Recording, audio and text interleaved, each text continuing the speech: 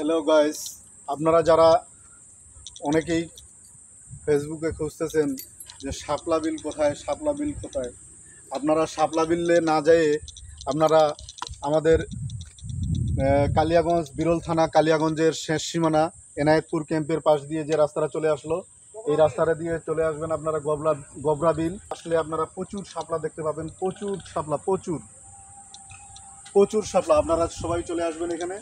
এখানে বিশাল একটা বিনোদনের জায়গা, পাশেই বিশাল এক শালবাগান, ঐতিহ্যবাহী শালবাগান, বিশাল বড় অনেক শালবাগান।